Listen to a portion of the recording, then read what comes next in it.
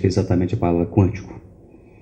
E eu vou dividir essa apresentação em 3 fases. E nós vamos fazer uma conversa aqui. A primeira fase eu vou falar um pouquinho sobre a realidade de hoje, dentro de uma perspectiva. Na segunda etapa eu vou falar um pouco sobre a questão do que é o quântico, desmistificando um pouquinho e traduzindo isso numa linguagem, num entendimento mais simples dentro do nosso cotidiano. E na terceira etapa eu vou falar exatamente sobre a liderança quântica, como que nós podemos usar isso nas relações e o que isso significa dentro do aspecto de competência e de futuro. Muito bem. Eu gostaria de convidar vocês a fazer a leitura de um rápido texto. Para quem tiver dificuldade, eu vou falar o texto aqui, ele vai estar na tela. Mas para quem não tiver, vai fazendo a sua leitura independente da minha fala, ok? Muito bem. Nós vivemos em um mundo onde as pessoas se amam e se respeitam. Não existe estresse. As intenções das pessoas são alcançadas sem sofrimento. As pessoas não criam doenças para elas mesmas. Não falam mal umas das outras. Ninguém se mata ou quer prejudicar a outra pessoa. Existe ajuda mútua para quem tem dificuldade. As pessoas vivem sem se irritar com pequenas coisas. As pessoas sabem o que querem e o que vieram fazer neste mundo. Encontram facilmente seu parceiro de vida. As pessoas trabalham juntas com eficácia. Existe um espírito de servir e as organizações conseguem um alinhamento balanceado de ambiente, motivação e lucro. As crianças estudam com prazer. As distorções nas pessoas ou nas instituições normalmente são tratadas com amor e senso de justiça. As leis são consensuais e aplicáveis em grande parte da sociedade. As pessoas trabalham por prazer, vivem muito, adoecem muito pouco e existe felicidade nas relações e nos ambientes. Provavelmente eu suspeitaria que vocês devem pensar assim, de que mundo que nós estamos falando? Alguém conhece esse mundo? Aqui? O que acontece é o seguinte: nós não acreditamos mais que qualquer movimento do mundo vai em direção a isso. Porque o modo de vida hoje, o mundo que nós vivemos, tira completamente a expectativa, a esperança e a capacidade que a gente tem de construir isso. Só que eu quero trazer para vocês uma outra concepção. Esse, com certeza, não é o mundo que nós vivemos. Mas a pergunta é, qual é o mundo que você está ajudando a construir? Essa é a pergunta que eu faço. Ou você simplesmente é mais um mecanismo do sistema para continuar a fazer com que as coisas continuem sempre do jeito que foram. E onde é que está esse mundo? Quando eu pergunto para vocês, que mundo você está construindo? Onde está esse mundo? Eu digo isso pelo seguinte: não influenciamos o que não está em nosso alcance, se não influenciarmos ou mudarmos o que está ao nosso alcance. Então, quando a gente fala de mundo, é muito importante entender qual é esse mundo. A gente pensa no planeta, no mundo inteiro. Não é esse o mundo. O mundo é todas as pessoas e tudo o que está necessariamente à sua volta. Esse é o mundo. Essa é a sua realidade. É ela que você construiu e que trouxe para a sua vida. E é isso que você tem que enfrentar, trabalhar, mudar, transformar, transcender, seja lá o que for.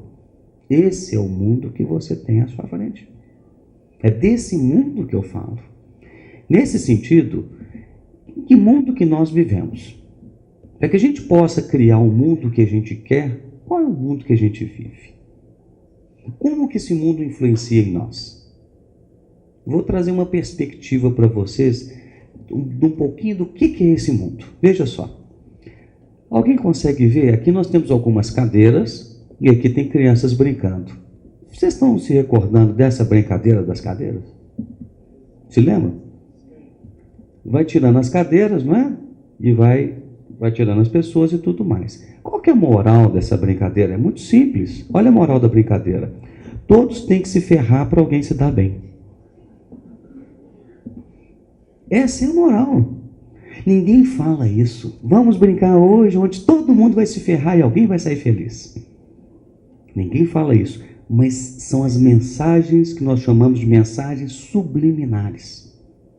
onde nós vamos criando um modelo de mundo nas brincadeiras. Nós criamos um modelo de mundo nas relações, nas verdades, no que a gente diz que é certo, no que diz que é errado. E esse é o modelo que nós vamos construindo e que a gente vai aprendendo desde pequenininho. Crianças, quando desde pequena começam a chorar, o que os pais fazem? Imediatamente para de chorar, ela se irrita, para de irritar, ou seja, não pode expressar emoção. É errado expressar emoção.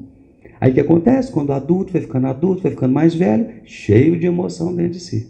Um monte de problema emocional e não sabe o que é. Aí tem depressão, tem distúrbio, tem um monte de coisa. Mas por quê? Porque a gente nós somos ensinados ao quê? Nós não podemos expressar nada. Não é legal. Isso não é bom. Não pode gritar. Entre outras coisas mais. Sendo que as crianças são seres e mestres das emoções. Porque quando elas sentem alguma coisa, o que elas fazem? Elas expulsam o que elas sentem. Elas não ficam vivendo o que elas estão sentindo. Elas manifestam e deixam que aquilo vá embora. Então, é desse mundo que eu estou dizendo. É desse mundo que eu estou falando. E o que acontece? Qual que é a origem disso? A origem disso veio de dois homens muito importantes para a história do mundo. Eles trouxeram muitos avanços, trouxeram pensamentos, ideias, paradigmas, trouxeram muitas coisas boas. Mas o problema e o dilema que a gente vive hoje, de mudança do mundo, também veio deles. Esses dois homens são René Descartes e Isaac Newton. E o paradigma é muito simples. O René Descartes, a gente pode simplificar o processo dizendo o seguinte, é a máxima dele, penso, logo existo. Quando ele coloca penso, logo existo, simplesmente ele provou e condicionou o mundo. Não estou dizendo que ele é o culpado, mas isso foi disseminado, que o que importa é o aspecto mental. Eu existo somente pela mente. Então, ou seja, o que eu sinto não conta. É tanto que muitas pessoas não têm coragem e não gostam de lidar com questões de sentimento. Razão pela qual muita gente acha que terapia é coisa de doido, psicólogo é coisa de maluco. Exatamente por isso, porque não tem a capacidade de entender a importância de lidar com as emoções. Nós não fomos preparados para lidar com emoções. Isso veio desse homem, desse pensamento. Já o outro, René Descartes, ou Isaac Newton, já veio com um outro tipo de trabalho que ficou muito impregnado no nosso modelo atual, que é exatamente o quê? Mente e matéria são coisas separadas. Então, as pessoas só acreditam no que elas veem. Esse é o mundo que nós temos. O que eu vejo, eu acredito. O que eu não vejo, eu não acredito. Não existe. Não tem possibilidades. O que aconteceu com esses dois postulados científicos? Qual foi o efeito disso no mundo de hoje? Muito simples. Levou à separação do ser humano das coisas. Razão pela qual hoje nós estamos separados. A gente acha que o que acontece em determinado lugar não atinge a gente. Nós estamos vivendo de uma forma completamente separada. É a base e o fomento do individualismo. O mundo de hoje é lute, você tem que cuidar de você, se você não cuidar de você, ninguém vai cuidar. As pessoas só estão pensando normalmente nelas. Não estou dizendo que todas as pessoas são assim, mas isso é um fator de influência social generalizado. Nós temos o fomento da fragmentação. Dá para se ver isso em muitos campos, mas um que é bem evidente é nos currículos escolares, nas faculdades, onde as pessoas hoje estão com conhecimento completamente fragmentado. Há muitos e muitos anos atrás, uma pessoa ela tinha um conhecimento muito vasto de tudo. Entendia um pouco de psicologia, entendia de astrologia, entendia de medicina, entendia de engenharia. E tudo tem uma correlação. Nós estamos num mundo hoje completamente fragmentado. Outro ponto, só existe o que você vê e é palpável. Síndrome do lutar ou fugir. Ou seja, ou eu entro nesse mundo para lutar, para vencer, ou eu me guardo, me protejo, me fecho no meu mundo, e vocês devem conhecer pessoas que vivem de alguma forma fechadas. Tem um amigo meu que ele tem um comércio, ele acorda de manhã, é ele e a mulher dele, eles têm algumas lojas em Belo Horizonte. Ele acorda, cutuca a mulher e diz assim: vamos embora, vamos acordar porque hoje tem muito problema para resolver, vamos para a luta. Ela falou: mas como é que você sabe? Não tem problema? Tem comércio, tem problema. Quem tem comércio tem que ter problema, senão não tem sentido. Então, ou seja, a cabeça dele já é o quê? Vamos para a luta. É lutar, uma luta todo dia. Conversa com um gerente de vendas, pronto, eu tenho que matar um leão todo dia. E assim vai. Ou seja, é o conceito de que eu tenho que lutar, eu tenho que sobreviver. Então o que acontece? Todo mundo moderno hoje ele está baseado no paradigma que nós somos separados e temos que lutar para sobreviver. Então, nesse sentido, que vença o melhor. Essa é que é a questão. Esse é o paradigma que nós temos hoje. Comecem a observar como que isso ocorre. E eu vou trazer para vocês uma dimensão mais ampla disso daqui. Veja só. Sequelas naturais desse paradigma que é chamado de paradigma newtoniano cartesiano. Primeiro ponto importante. Nós podemos perceber que o que nós temos hoje ainda no mundo? Guerra. Observe. Não existe guerra no Brasil declarada, mas nós somos um país todo dia em guerra.